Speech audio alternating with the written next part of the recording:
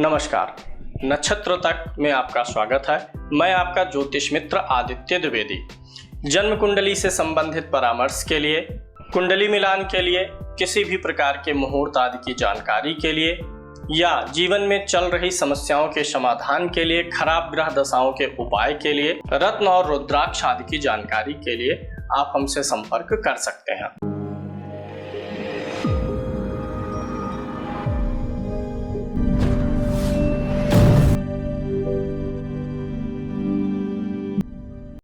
अक्टूबर 1981 16:04 और जालंधर का जन्म है। इस कुंडली का विश्लेषण हम लोग करते हैं। सबसे पहले ग्रह स्पष्ट और उनकी स्थिति देखेंगे। तो इसमें लगन जो बनती है, कुंभ लगन बनती है, यानी इनके लगन का स्वामी शनि है। लग्न 18 डिग्री का है, जो कि उचित है, ठीक है। लगन में राहु का नक्षत्र है, शनि की राशि में राहु का नक्षत्र भी ठीक है। सूर्य इनका कन्या राशि पे है, यानी नीचाभिलाषी है, 28 डिग्री का है। चित्रा नक्षत्र यानी मंगल के नक्षत्र में है, ये भी ठीक ठाक है।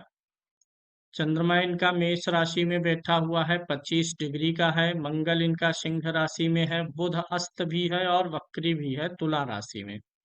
गुरु कन्या राशि में अस्त है। शुक्र वृश्चिक राशि में है। शनि कन्या राशि में अस्त है। राहु कर्क में और केतु मकर राशि में बैठा हुआ है। इन सारी स्थितियों का पूरा विवरण हमें लग्न कुंडली से मिल जाएगा। लग्न कुंडली पर आ जाते हैं। आपके सम्मुख इनकी लग्न, चलित, चंद्र और नवमांश कुंडलियां एक साथ हैं। यहाँ पे लगन का स्वामी शनि है, जो कि अष्टम भाव में आकर के बैठा हुआ है। लग्नेश अष्टम भाव में है। साथ ही साथ गुरु, जो कि धन भाव का स्वामी है और लाभ भाव का स्वामी है, ये दोनों प्लैनेट भी अष्टम भाव में आकर के बैठे हुए, इन दोनों भावों का स्वामी गुरु भी बैठा हुआ है। अष्टम भाव होता क्या है? अष्टम भाव एक ऐसा स्थान है जो कि एक गहरा गड्ढा जैसा है। यहाँ पे जब कोई ग्रह बैठता है तो उसकी दृष्टियां भी कमजोर हो जाती हैं।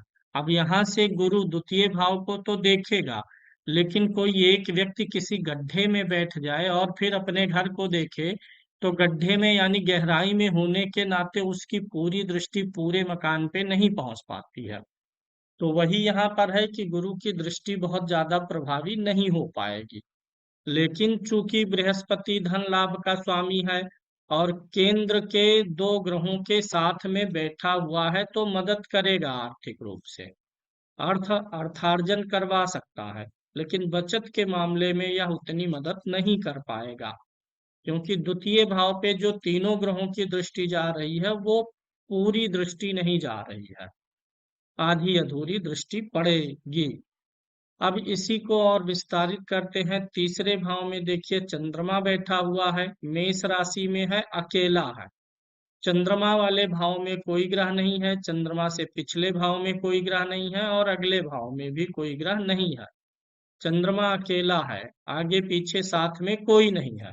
ऐसे में विचार बहुत उड़ते रहते हैं, काम में जो है फोकस भी उतना अधिक नहीं मिलता है, और ये थोड़ा सा व्यक्ति को विचारों में जल्दीबाजी भी लाता है। व्यक्ति थोड़ा हड़बड़ी में परिणाम प्राप्त करना चाहता है, जैसा भी हो जाता है। चंद्रमा से सप्तम भाव में बुध बैठा हुआ है, इसलिए केंद्रुम दोष दो प्रकार से लगता है। एक तो चंद्रमा अकेला हो, आगे पीछे साथ में कोई ना हो, तो इस कुंडली में चंद्रमा तृतीय भाव में अकेला है, आगे पीछे साथ में कोई नहीं है। पहला सूत्र तो लग गया। दूसरा जो होता है केंद्रम दोष का प्रकार, पहला है कि चंद्रमा केंद्र में हो, आगे पीछे साथ में कोई ना हो, और चंद्रमा से केंद्र में कोई ग्रह ना हो। तो यहाँ चंद्रमा से केंद्र में बुध पड़ रहा है, राहु और केतु को छोड़ देंगे। चंद्रमा से केंद्र में राहु केतु को छोड़ के कोई ग्रह पड़े, तो ये दो प्रकार के केंद्रुम दोष बनते हैं। एक तो चंद्रमा से केंद्र में कोई ग्रह ना पड़े, और दूसरा ग्रह पड़ जाए। तो होता क्या है, दोनों में अंतर क्या है? जो प्रबल केंद्रुम दोष है उसमें चंद्रमा अकेला, आगे पीछे साथ में कोई नहीं, और चंद्रमा से केंद्र में कोई ग्रह ना हो, तो ऐसा केंद्रुम दोष दरिद्रता देता है, मान सम्मान की हानि देता है। लेकिन चूंकि यहाँ पर चंद्रमा से केंद्र में बुध है, तो ऐसा केंद्रुम दोष जो होता है वो मानसिक परेशानी देता है, दरिद्रता नहीं देता है, लेकिन धन रुकने नहीं देता है। तो इस कुंडली में धन ना रुकने देने वाला केंद्रुम प्रभाव बन रहा है। दूसरी चीज आप देखेंगे तो चंद्रमा से धन भाव, लाभ भाव का स्वामी, और लग्ने शनि, ये सब छठे भाव में है। चंद्रमा से छठे में है, लग्न से अष्टम में है। तो ये तीन ग्रह इनका भौतिक विकास रोकने का प्रयास कर रहे हैं, ये तीनों ग्रह। आगे देखिए, चतुर्थ भाव का स्वामी शुक्र है, चतुर्थ भाव पर दृष्टि डाल रहा है, तो घर और गाड़ी का सुख इनको मिलेगा। लग्जरी भी इनके घर में भोग विलास की वस्तुएं रहेंगी। पंचम भाव का स्वामी बुध है, जो कि अस्त होकर के बैठा हुआ है नवम भाव में।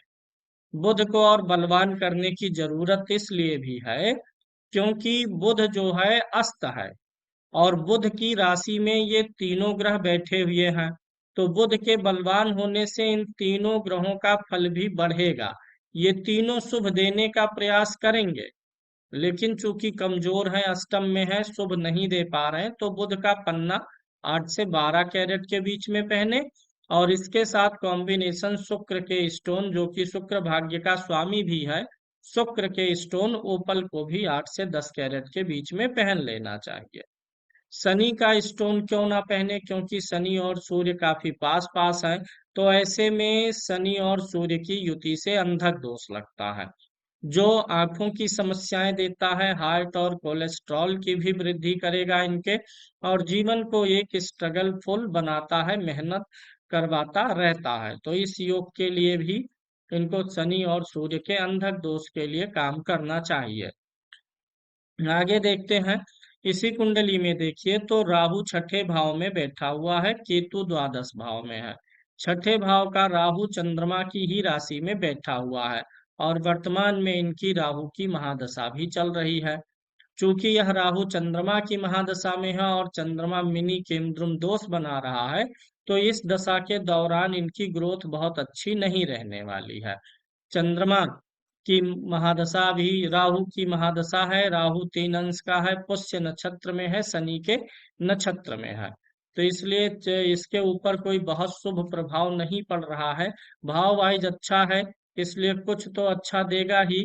और भाव वर्गोत्तम भी है, नवमांश कुंडली में भी छठे भाव में है, लगन कुंडली में भी छठे भाव में है, तो भाव वर्गोत्तम बना हुआ है।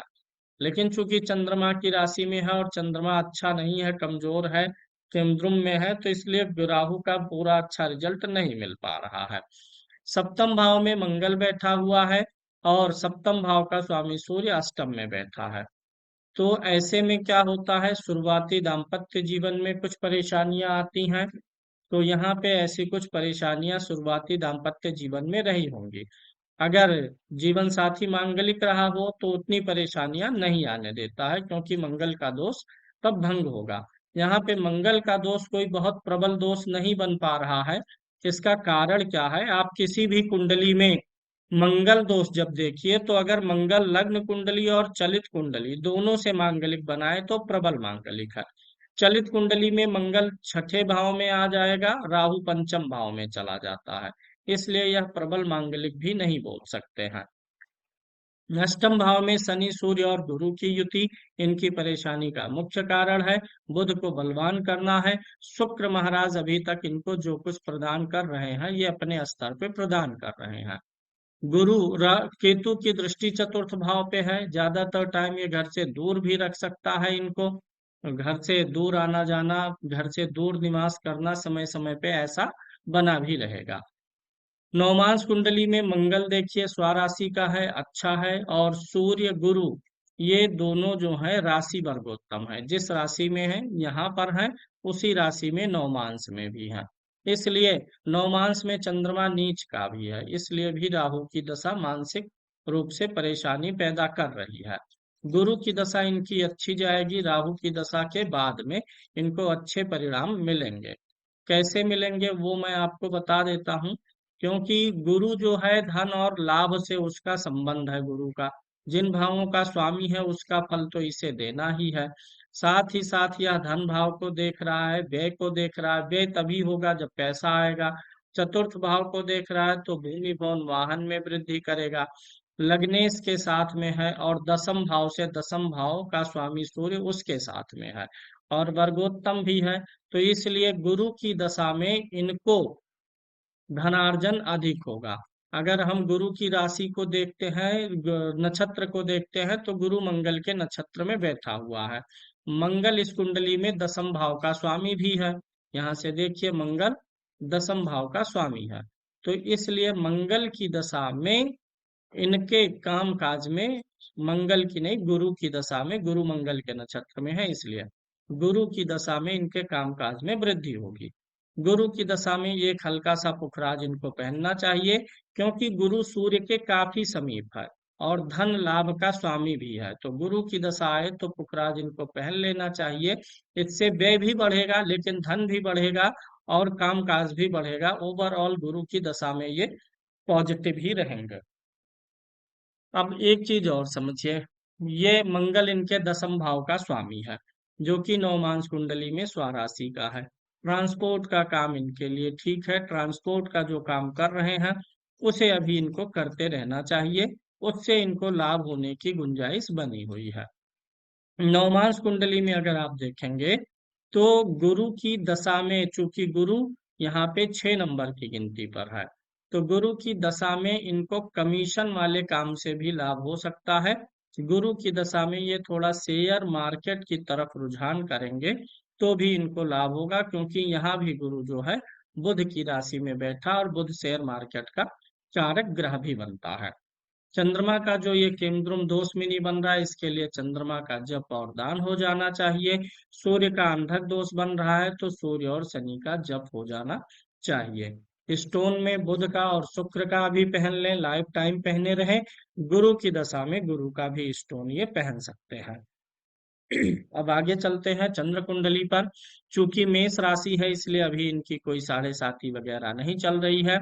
अभी शनि 17 जनवरी को कुंभ राशि पे आए हैं, जो कि चंद्र राशि से लाभ भाव है, लग्न कुंडली से लग्न में है।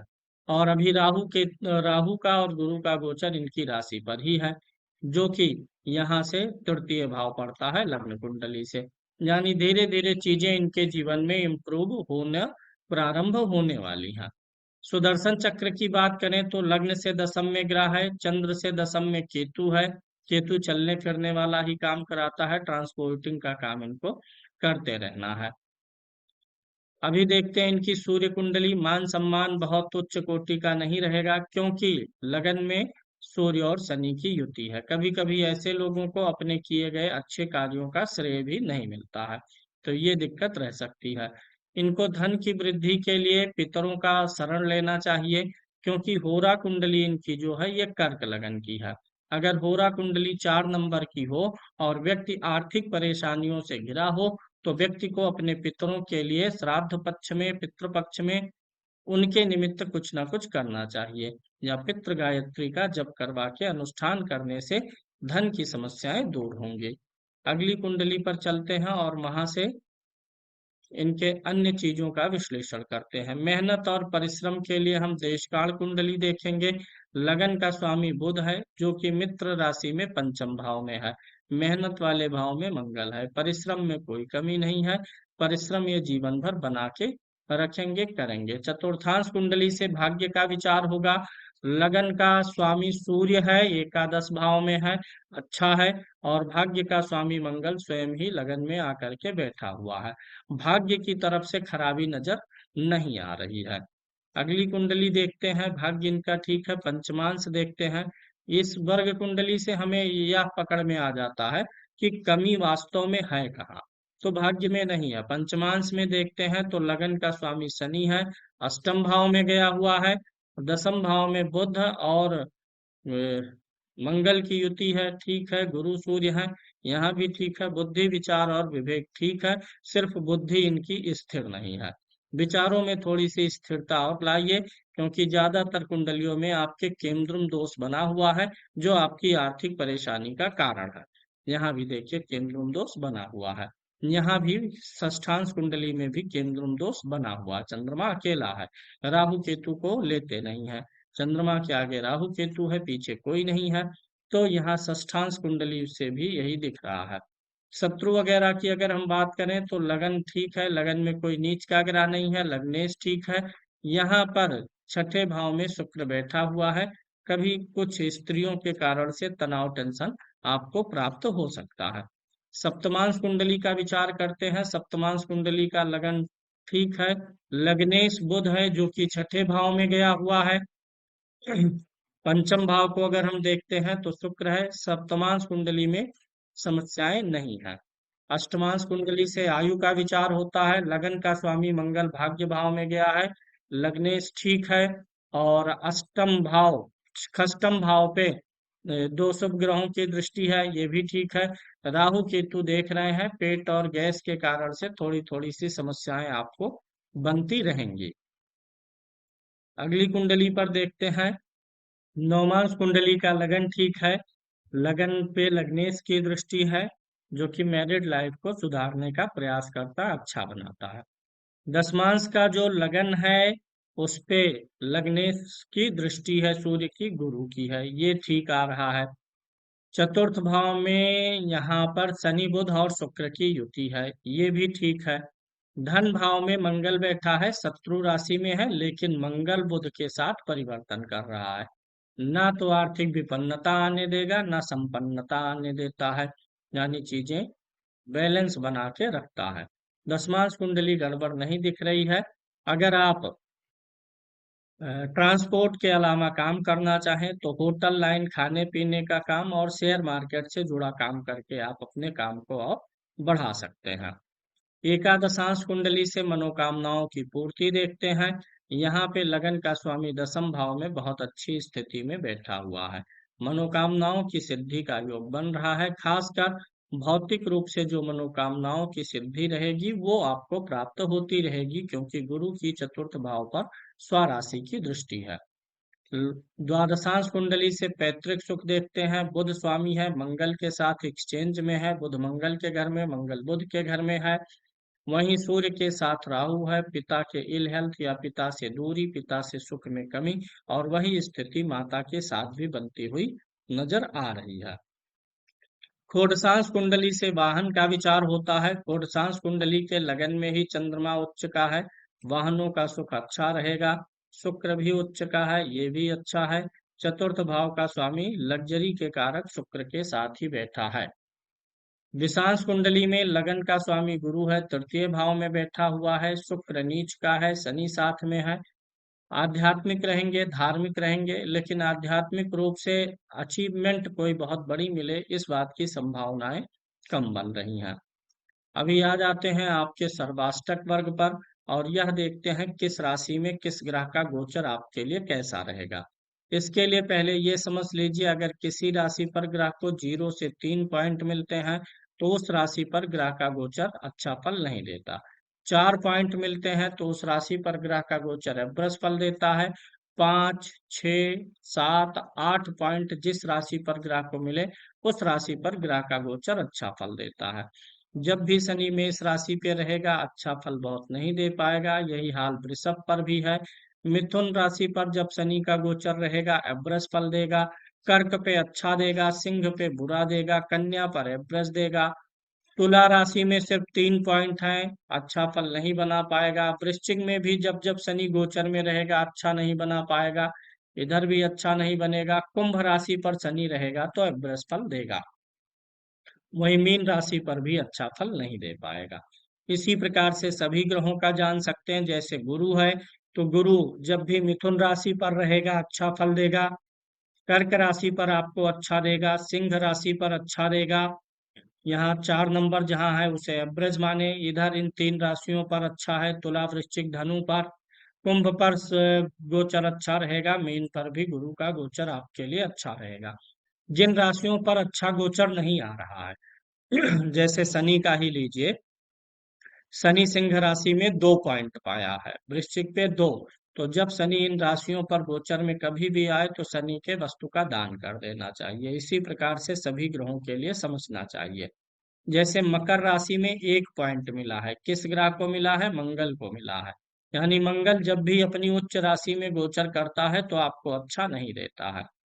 कौन सा दिन आपके लिए अच्छा रहेगा? उसके लिए जब चंद्रमा मेष राशि पर गोचर करेगा तो वह दिन आपके लिए अच्छा रहेगा। चंद्रमा जब कर्क राशि पर गोचर करेगा वह 2.25 दिन आपके लिए बहुत अच्छा रहेगा। धनु राशि पर गोचर करेगा तो वह दिन आपके लिए अच्छा रहेगा। मकर पे गोचर करेगा वह दिन अच्छा रहेगा। कुंभ पर गोचर जब जब चंद्रमा करेगा अच्छा रहेगा। तो मुख्य रूप से जब चंद्रमा इन राशियों पर गोचर करे तब आप अपने किसी काम की शुरुआत, कोई नया व्यवसाय या पैसे का लेन देन, ये सारी चीजें इन दिनों में करें जब जब चंद्रमा इन राशियों पर रहे। मेष पर, कर्क पर, धनु पर, मकर पर, कुंभ पर, तो आपको ज्यादा बेहतर परिणाम की प्राप्ति हो जाएगी। सर्वाष्टक वर्ग में आप ये समझ लीजिए 28 पॉइंट जो होते हैं वो एवरेज माने जाते हैं। तो लगन में 28 से अधिक पॉइंट है, आयु आयु और स्वास्थ्य बढ़ाएगा। धन भाव में एवरेज से कम पॉइंट्स हैं, 27 है। धन थोड़ा एवरेज से कम मिल पा रहा है, लेकिन व्यय भाव में 21 पॉइंट ही है। यानी व्यय से तो अधिक ही बनने का योग बनता है। थोड़ा उपाय प्रयास करेंगे तो खर्चे से आमदनी बढ़ा सकते हैं। लाभ भाव में भी 29 पॉइंट्स है। धन और लाभ में अधिक है, व्यय में कम है। ये धन के लिए अच्छा संकेत देती है। मेहनत और परिश्रम जीवन में एवरेज रहेगा। भौतिक सुख साधन थोड़ा एवरेज से कम है। संतान से सुख आपको मिल जाएगा। प्रतियोगी और कंपटीटर्स भी आपके भारी रहेंगे। पति पत्नी में पति हावी रहेंगे। अष्टम भाव में कम पॉइंट्स हो उतना ही अच्छा है। कम पॉइंट्स है इसलिए आयु लंबी करेगा। भाग्य यहाँ से साथ थोड़ा कम देगा। यानी जब भी कोई ग्रह तुला राशि में गोचर करेगा आपके भाग्य भाव में, उस समय आपका भाग्य फीका पड़ जाएगा। कर्म भाव में कोई ग्रह गोचर जब जब करेगा तो भी अवृत से कम रिजल्ट मिलेगा। जब भी कोई ग्रह गोचर करता हुआ आपके लाभ भाव में जाएगा, लगन में जाएगा, पंचम में जाएगा, तो आपको बेहतर परिणाम देता रहेगा। अब एक बार आपकी दशाओं पर चलते हैं। अभी देखिए राहु की महादशा 2007 से 25 तक है। राहु में अभी जो चल रहा है चंद्रमा चल रहा है। चूंकि राहु चंद्रमा की ही राशि में है, चंद्रमा केंद्रुम में है। अगस्त 2022 से फरवरी 24 के बीच में कामकाज के मंदा होने की उम्मीद ज्यादा है। इस बीच में खर्चे वगैरह खूब बढ़े रहेंगे, क्योंकि राहु की दृष्टि आपकी कुंडली में व्यय भाव पर बनी हुई थी। अभी राहु में मंगल आएगा, जब फरवरी 2024 में राहु में मंगल आएगा। मंगल आपकी कुंडली के कर्म भाव का स्वामी है और सप्तम में बैठा है, यानी दसम भाव का स्वामी होकर के दसम से दसम भाव में बैठा है। इस बीच में आपका कामकाज बढ़ेगा। कोई नया ट्रांसपोर्ट से संबंधित वाहन वगैरह या कोई नया कार्य भी बन सकता है। सबसे मुख्य है राहु के बाद जो गुरु की दशा आएगी, गुरु आपको अच्छा परिणाम देने में सक्षम होगा, क्योंकि गुरु 2025 से 41 तक है। गुरु धन और लाभ का स्वामी है, तो इन दोनों भावों का फल इसे बढ़ाना ही बढ़ाना है। गुरु बुध की राशि में बैठा हुआ है, यानी इस बीच में कुछ थोड़ा शेयर या कमीशन से आपको लाभ हो सकता है। और यह गुरु जो है सप्तमेश और लग्नेश के साथ में बैठा है, सूर्य और शनि के साथ बैठा है, तो अच्छे ग्रहों के साथ बैठा है, इसलिए भी यह अच्छा प्रभाव बनाने का प्रयास करेगा। गुरु की दशा काफी ठीक जाने की उम्मीद आप कर सकते हैं। अब वापस आपकी लग्न कुंडली पे आते हैं, और मुख्य जो आपकी समस्या है धन का बचत ना होना, धन कम आना और उस अनुपात में बचना भी नहीं, उसके लिए हम क्या कर सकते हैं? एक तो गुरु का स्टोन आप पहन सकते हैं, ये आपको मदद करेगा। बुध और शुक्र का स्टोन आपको मदद करेगा। सूर्य शनि के अंधक दोष का जप और चंद्रमा का केंद्रुम दोष जो मुख्य है, इसकी शांति होनी चाहिए, क्योंकि नवमांश में चंद्रमा नीच राशि में भी बैठा हुआ है। इतने उपाय करने के बाद में आपको राहत मिलती हुई नजर आ रही है।